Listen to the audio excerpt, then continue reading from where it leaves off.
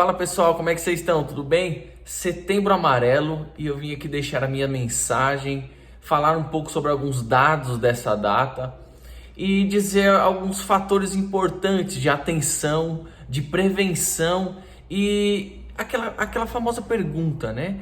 O que eu faço se eu percebo que um amigo meu não tá legal, não tá bem, se eu percebo que um familiar ou até mesmo no meu autocuidado, se eu percebo que eu não tô lá aquelas coisas, que eu não tô gostando mais das coisas que eu gostava antes, se eu percebo algo diferente, alguma mudança no meu comportamento, no meu humor, o que eu faço? Vou responder essas perguntas aqui. Mas antes eu preciso te explicar que o Setembro Amarelo é uma campanha brasileira, é uma campanha criada desde 2015, mas na realidade o dia 10 de setembro é o Dia Mundial de Prevenção ao Suicídio desde 2003. E é muito importante que você saiba disso, é muito importante que você saiba também que essas foram as iniciativas do CVV, que é o Centro de Valorização à Vida, do CFM, que é o Conselho Federal de Medicina, e da Associação Brasileira de Psiquiatria. Pois bem, por que Setembro Amarelo? É uma história importante. Em 1994, um jovem chamado Mike, um jovem americano,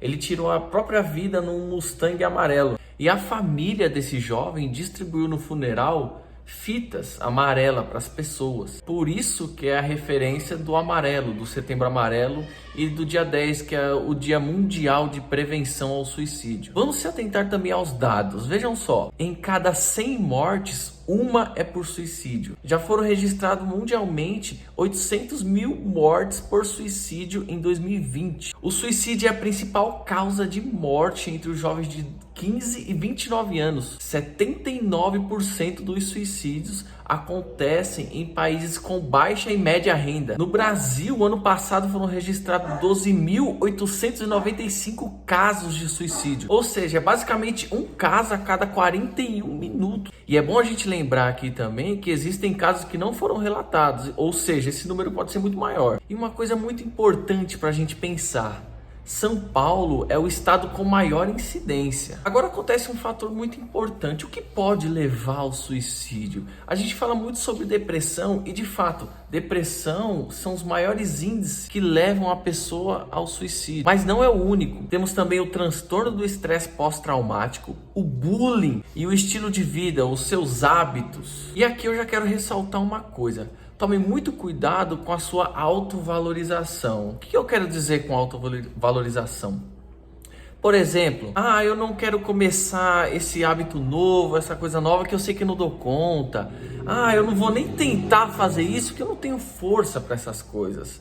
Você não se arriscar em novas tarefas, em um novo estilo de vida, em uma nova atividade, em uma nova rotina, por autovalorização, entende? Por medo de errar, por medo de se testar, porque ninguém perde, ou você ganha ou você aprende. Preste atenção em uma coisa muito singela: são nos pequenos valores da vida, são nas pequenas conquistas que nós vamos valorizando a nossa vida. Perceba-se as suas tendências. Quais são as suas tendências? Você tem tendência a se isolar, se distanciar de pessoas?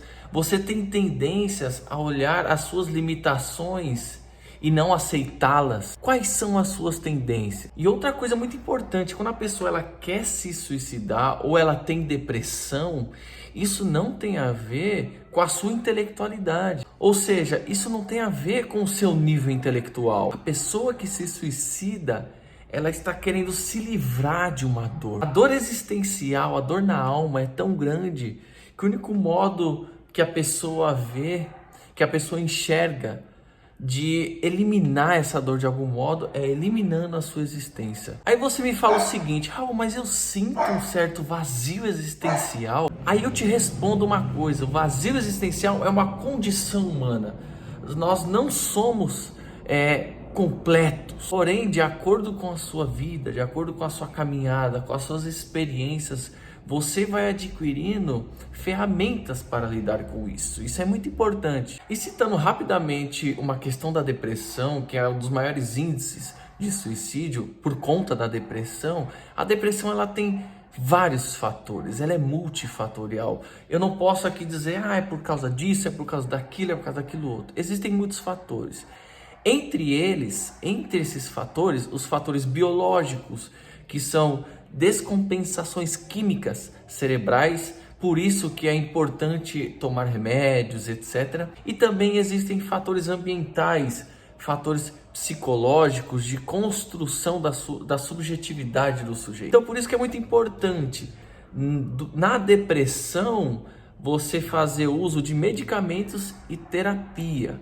Tem que casar as duas coisas. Cuidar da sua parte orgânica, biológica e da construção psicológica, da sua psique, da dinâmica com que você lida com o mundo, das suas interpretações. E olha, eu vou te falar uma coisa. Existe um dado muito importante de que a maioria das pessoas que se suicidam, elas dão sinais. Então cabe a nós, pessoas próximas, amigos, familiares, perceber esses sinais. Entretanto, caso não dê tempo de você perceber esses sinais, também não se culpe. Sobretudo, não só esse vídeo que eu estou fazendo, mas toda a psicoeducação que existe em torno do Setembro Amarelo é para que a gente fique mais atento sobre essas demandas. Bom, Raul, beleza, eu entendi, o vídeo tá ficando longo, eu sei, calma, mas o que fazer? Eis a pergunta do milhão, o que fazer? O primeiro passo e o mais importante é pedir ajuda. Se você é essa pessoa e está assistindo esse vídeo,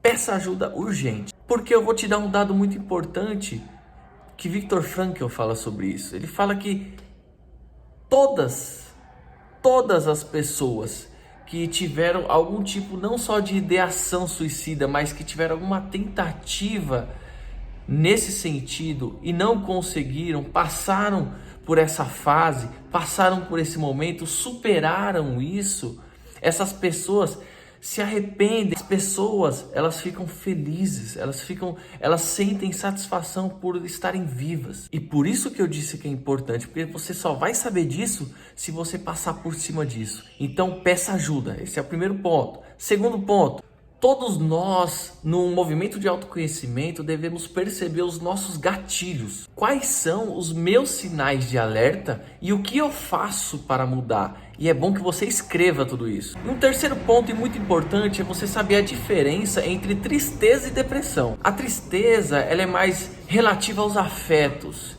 Ela dura menos tempo, ela vem e passa. Já a depressão, ela tem uma duração muito maior. Você passa a não ter mais prazer com as coisas que te davam prazer frequentemente. E a vida, tanto no sentido positivo, no sentido negativo, ela começa a lhe causar pouco espanto.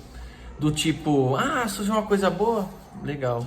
Surgiu uma coisa ruim? Legal. Quarta e última coisa, muito importante, não tem como você convencer alguém a não se suicidar. Pois se você cai nessa dinâmica de tentar convencer a pessoa a não se suicidar, você vai estar lidando muito mais com o seu medo do que realmente com a compreensão da pessoa em si. Meu amigo e minha amiga, só façam uma coisa. Compreendam. Mas agora de todo esse vídeo, toda essa educação, todas essas informações, se você puder guardar só algumas coisinhas aí na sua cabeça, guarde isso. Se sua vida não tem mais sentido nenhum, se você sente uma angústia, uma dor muito grande no seu peito, na sua alma, no seu coração, primeiro busque ajuda e depois entenda uma coisa muito importante. Não é só você, mas ninguém sabe o sentido da vida. Ninguém tem a capacidade de entender o sentido último da vida.